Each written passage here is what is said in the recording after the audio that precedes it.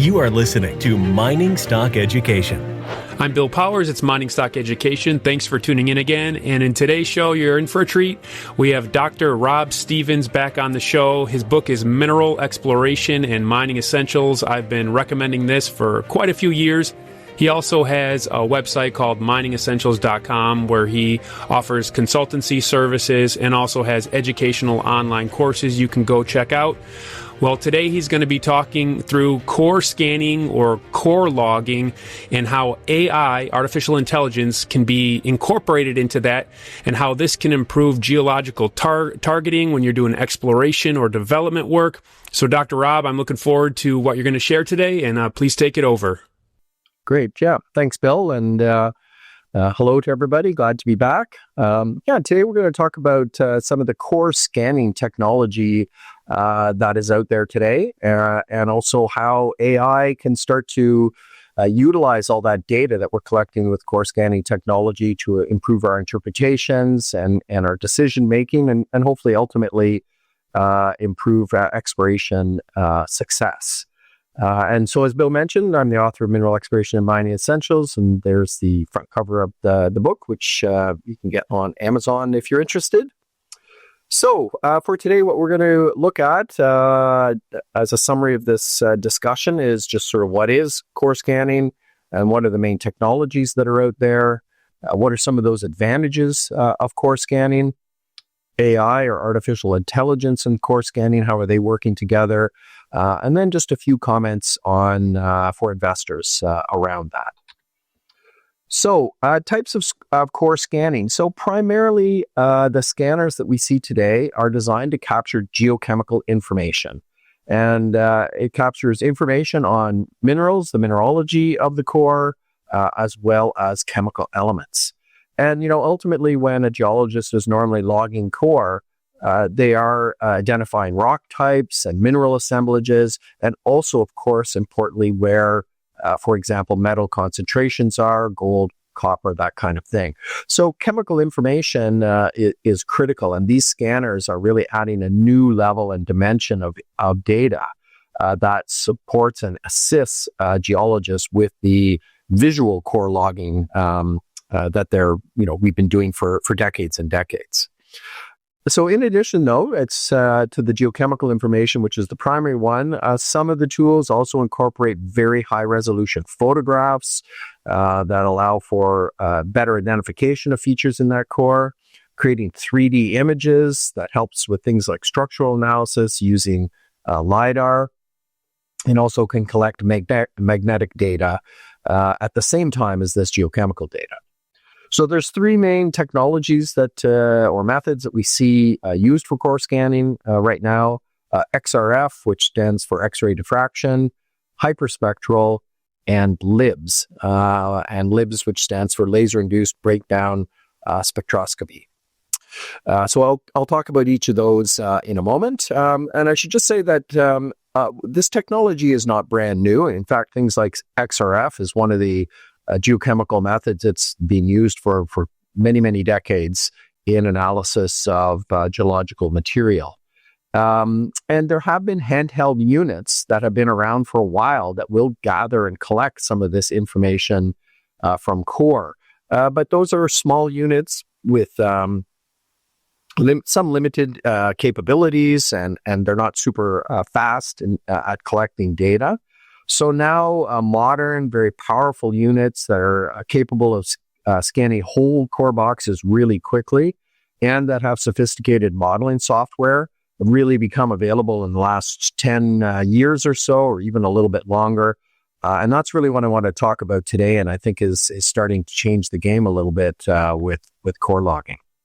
So just as a quick review of the different methods, first of all, we'll look at XRF scanner. So what an XRF is high energy X-rays or gamma rays are directed at the core. That causes the sample to emit fluorescent X-rays that are unique to each chemical element. And so it allows for identification and quantification of the elements present in the sample. So you can collect multi-element geochemistry, kind of similar to what you would get from a laboratory analysis, metal concentrations, and potentially elements of interest, like pathfinder elements, for example, that can help to focus and direct you towards the main metal concentrations of the deposit. So they do range from handheld units to trailer units, like this one on the right here, this photograph that I got from Bullet Longyear's website. One thing with XRF, it needs to be calibrated. So you have to set the system up for the environment you're working in and for the types of material that you're working with in order to get accurate results. So there can be some time and effort needed to effectively calibrate the equipment to get good results. And what we are finding is that it can correlate quite well with laboratory analysis in terms of trends, so metal trends or chemical trends, and relative abundances, but not necessarily absolute quantities.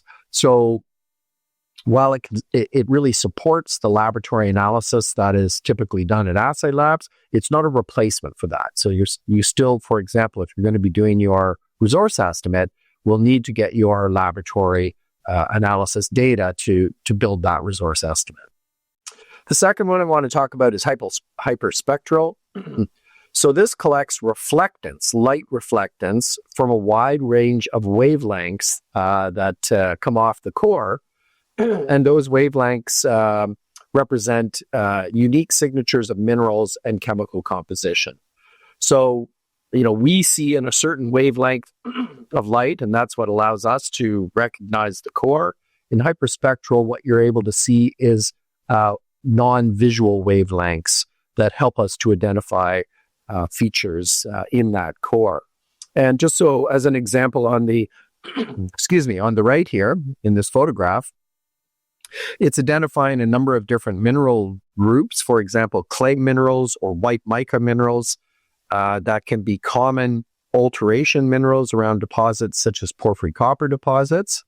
And the type of clay mineral or white mica mineral that you have can help tell you where you may be positioned relative to the core of that porphyry copper deposit. Yet in the core, it can be difficult visually to identify between those minerals. So adding this extra data really helps to better allow the geologist to better define and interpret the position within the deposit that hopefully helps us to vector into the main mineralization. The third method that I wanted to talk about here is this LIBS method. And so what LIBS does is it puts a strong laser pulse to the core, which creates a microplasma on the surface of the core. And that plasma emits light, which in turn can be analyzed to determine the elemental composition of the core material. So that light that is captured, which is called LIBS, or the LIBS spectrum, is analyzed and identifies the quantity of elements present in the drill core. And so similar maybe to the similar to the XRF, but some projects may benefit from this technology more so than XRF. So every project will need to make a decision on what type of method that they would like to use. And again, the data that you're getting here from LIBS can correlate quite well with the laboratory-based analysis, not as a replacement again, but gives you a sort of heads up on what you're likely to get when you submit your samples to the lab. Just a couple of examples that I want to look at. The one on the left here, and this is in a paper by Harris et al. That you can find in the SEG Discovery magazine. What I think is quite interesting about this one is we can see the core boxes on the bottom. And within those core boxes are a couple of breccia zones. And breccia zones are very common hosts for mineralization. In this case, one of the breccia zones, the one in the top box, correlates with a copper phase. And we can see from this XRF data that we've collected that there's not a whole lot of gold, which is the top line in the charts above, but there is quite a bit of copper, which is the third line down. Then the next breccia zone, which visually could be very similar, so difficult for a geologist to distinguish the difference. If we look at that one and then go up to the chemical information that has been collected, we can see that in the top chart, again, there's now much more gold in that particular breccia, as well as if we look at the copper. So in this case, we've been able to distinguish between a copper breccia phase and a gold and copper breccia phase. So that is really helpful to be able to have that information while you're logging the core, while you're actively drilling, so you can start to make better decisions about what samples to analyze and also how to direct your next drill holes. And again, I like this photo here on the right. This is a hyperspectral one that's identifying things like clay minerals. And I like the way this photo sort of shows on the far right the kind of hyperspectral imagery that you'll get. And then that transitions over to the core. And you can see by looking at the core directly, you can see differences, but some of those differences are subtle and would require really a trained geological eye to be able to tell those differences. But when you get that chemical data, some of those differences really stand out and help with your interpretations. So I want to just have one example here. This is from the Red Chris mine, which is a porphyry copper mine located in British Columbia. And I just want to acknowledge that I got this from a paper that's called Empowering Geologists in the Exploration Process, Maximizing Data Use from Enabling Scanning Technologies. And that's by Harris and Al in 2024. And you can find that online in the FCG Discovery magazine. And the Red Chris mine is operated by Newcrest, and they also worked with Veracio in terms of the scanning technology on this. So in the case of Red Chris, I wanted to come back that XRF requires some very careful calibration and sort of learning in the rocks that you're actually working with. And that calibration and learning comes from comparing the XRF, the results from the XRF with the data from the laboratory, so you can correlate those. And that's for different rock types, different alteration assemblages, and different grades of copper.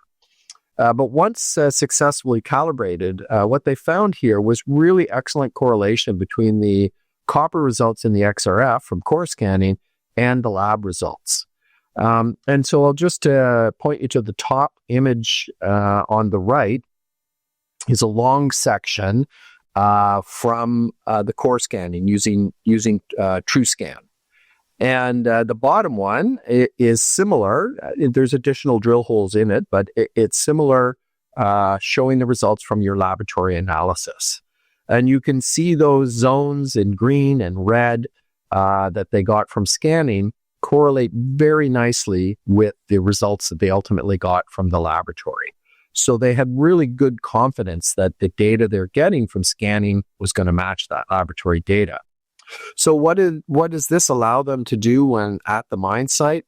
Almost immediate understanding of metal distributions within their core, even before the geologists have sat down and started to log it. So they've got lots of knowledge going into that logging process.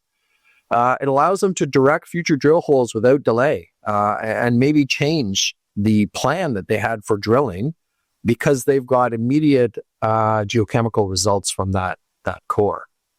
It can prioritize samples to the lab for faster turnaround. We know that sometimes it can take many weeks to get lab results back from a laboratory. And so been able to narrow down the high priority samples for faster turnaround from the lab gives you those results back faster. And basically you're doing great geological modeling parallel with your drilling. So quite a good example here. All right, so what are some of the advantages of core scanning? I've already kind of alluded to this a little bit. So it's the addition of that key mineralogical and chemical data to support core logging. It provides a whole bunch of information that's not easily seen by the eye. The second point here I think is really critical. It improves standardization of core logs across geologists and teams because it's really unbiased data. This is geochemical data collected by the technologies that doesn't have a bias. And if you have 10 geologists logging core from the same deposit, each geologist is going to see things a little bit differently, even with training and group work to try to standardize things, it's not going to be the same. So this is a really great way to standardize the results from your core logging, which of course leads to better interpretation and hopefully better discoveries. And one of the things it also does is it means the geologist's time is spent more on interpreting the data rather than collecting the data. Core logging, geological core logging is really a data collection process that geologists do. But if much of that data or a whole additional bit of data is collected kind of automatically, the geologists can now focus their times on that value-added interpretation that really, gets us forward to discoveries. And from the Harris et al. Paper, again, I like this quote here, which was, scanning technology is a tool that is conceptually no different than a hand lens. It helps the geologist better recognize what they're seeing, and its systematic use can transform the process of core logging. So I think a meaningful quote there. A few other advantages. So metallurgical modeling, understanding where the say copper or other metal elements exist within the deposit, what kind of minerals and how are they located. That metallurgical modeling can help with the processing at operating mines. Optimize sample and sample numbers is something I already mentioned. Supporting structural interpretations of your deposit to understand its three-dimensional geometry. Better drill hole targeting. One you hear a lot of, it's non-destructive. So, when you send core to a lab, that core is gone, it's crushed and ground down for the analysis. In this case, you're collecting data and you still have your core left, which definitely has advantages for future interpretation and potentially reanalysis of that core.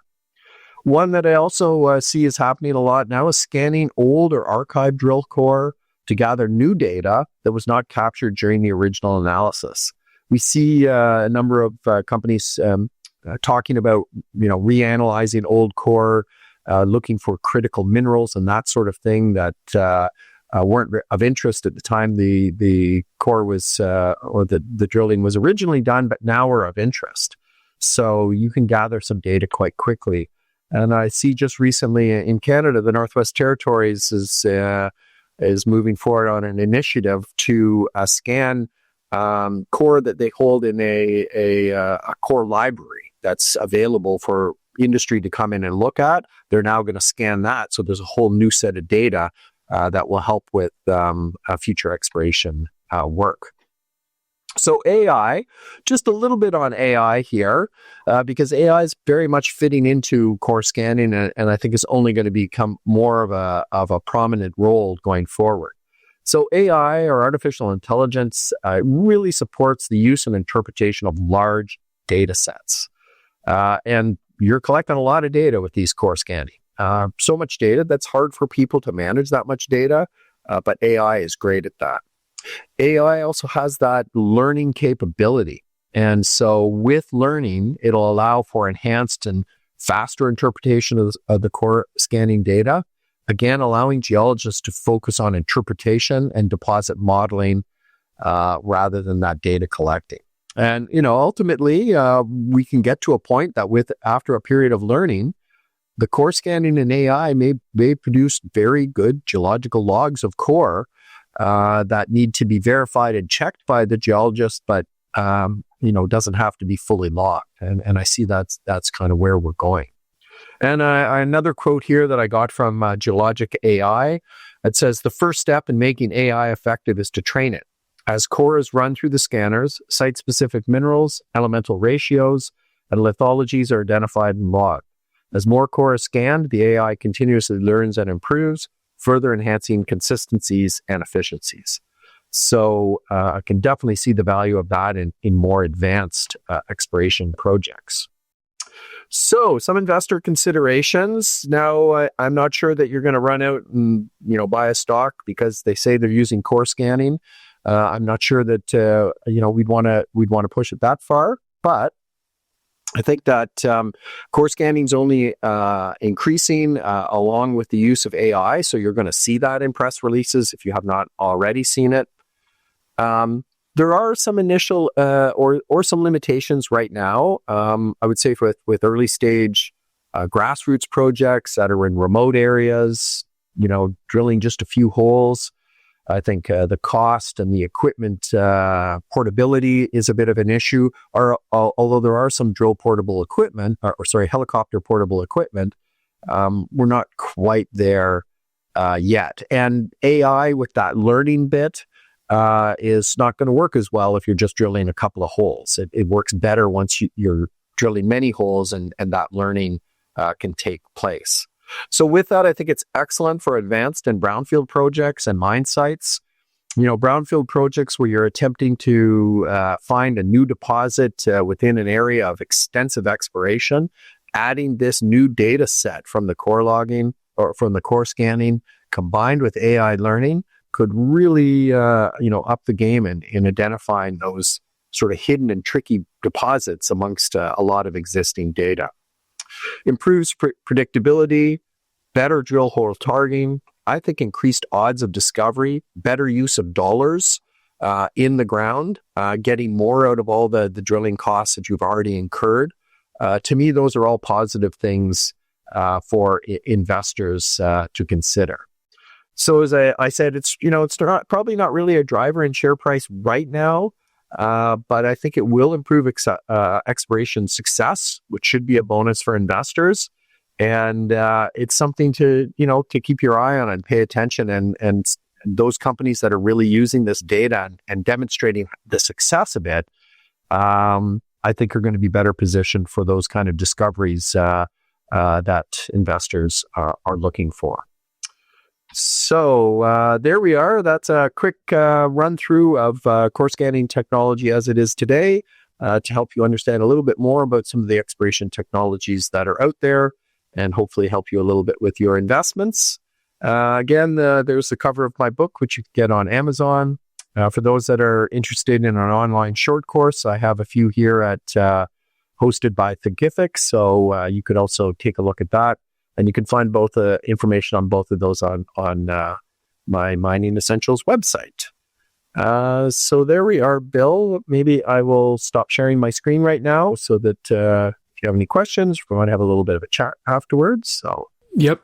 I do have a question. When have you seen this used in press releases inappropriately or in a disingenuous way? I've seen XRF results reported in press releases to generate some hype before the assays come back. What do you think about that, and what are some of your insights here?